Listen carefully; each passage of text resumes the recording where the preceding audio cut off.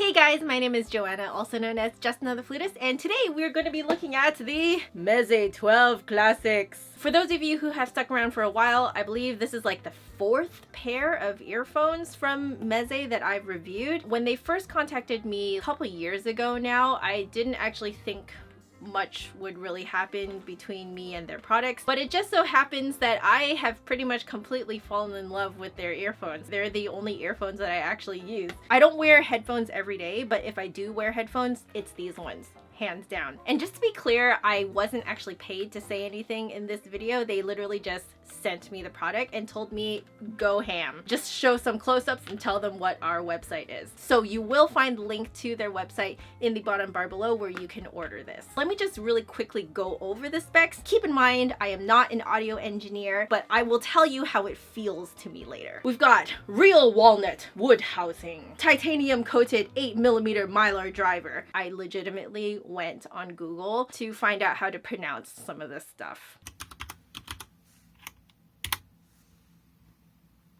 Mylar.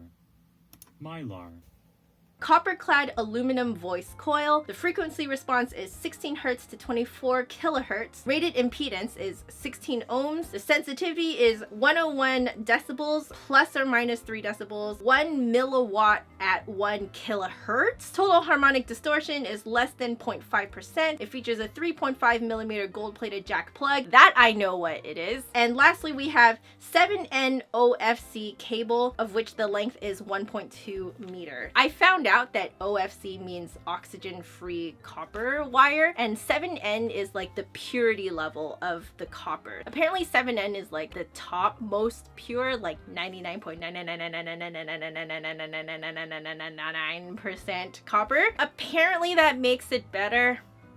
I don't know. It comes with a bunch of silicone and foam ear tips, and it comes with a protective pouch. The protective pouch looks identical to the Meze 11 Neo, I believe. I actually carry that around in my purse everywhere. It comes in this beautiful box. I love how they designed the packaging. It goes right along with their logo, which is this little, like, I think it's like a lyre or something like that. Whoever did the design for this, good job. Behind the earphones in here, I don't recall them including this type of thing in earlier models. I certainly don't recall this at all in the first model that I ever had. I unfortunately killed them, rest in peace. But now they have like safety instructions in here. They've got their warranty. They even have this little section in here about decibel levels that are safe for your ears. I think that's really, really cool. I like that they are so aware of that. So it says here, you tend to crank up the volume to compensate for the noise around you, but our ear tips offer a good passive isolation, which should allow you to listen to your headphones comfortably even in louder environments such as inside an airplane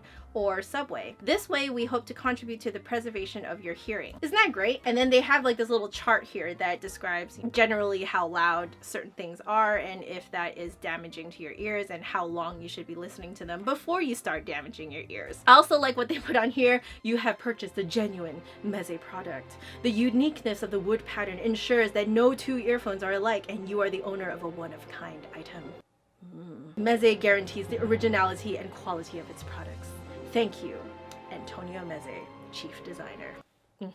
Yes. And then here they described how the button works. I wasn't actually 100% clear how the button worked on the earlier versions of this. I like that there is a full explanation now. If you press it once, you pause or you play. Or if it's hooked up to your phone, pressing it once will take a call and pressing it once will hang up. If you press it twice in a row, then you fast forward one track. If you press it 3 times consecutively, really quickly, it will go back a track. It says it's compatible with both Android and Apple devices, plus all devices with audio jack output. Cheeky. I see what you did there, Meze. When connected to a high-quality music player, notebook, tablet, or smartphone, the Meze 12 Classics will develop its full potential. Whoever designed this thing and designed what should be put on this, you have definitely been paying attention to what people are saying or what people are confused by, because it took me a while actually to see the L and the R on the left earbud and the right earbud. And here they actually have a diagram where they show you where they've labeled it. Also,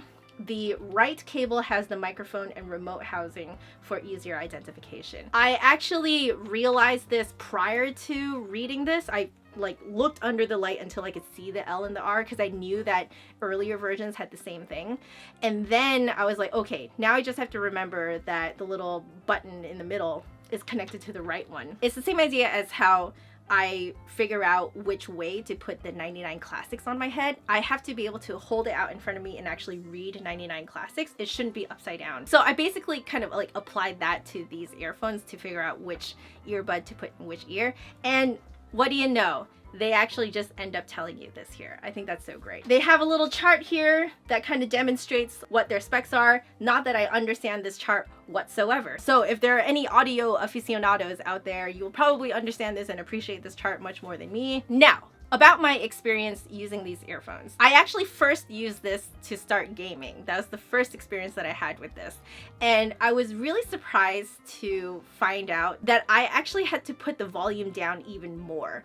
I believe for the Meze 11 Neo, I end up putting the volume on my computer down to about 20 out of 100. That's even the normal setting for the 99 Classics. But I had to put it down to 10 because I was like, holy crap, I can hear everyone so freaking clearly. Nothing is muffled whatsoever. Like, it's incredible how clear and distinct everything is. Next, I used it to record. So I am currently doing a collaboration with Extra Lives Music. Our collaboration is actually dropping this coming Monday. The really impressive part was the sound is actually really warm while being really clear. Usually you don't get that combination, and that I think is what makes it sound so real. I'm guessing it has something to do with the wood that they use in the earphones. You know, that's the Meze thing. They are very comfortable. Like, the fact that I forgot that they were in means that they were extremely comfortable. Next, I used it for teaching. I felt like I was in the same room as my student. I could hear more of my student's tone, and at one point during the lesson, I forgot that I was wearing earphones, to get to the point where not only do you feel like you're in the same room as them,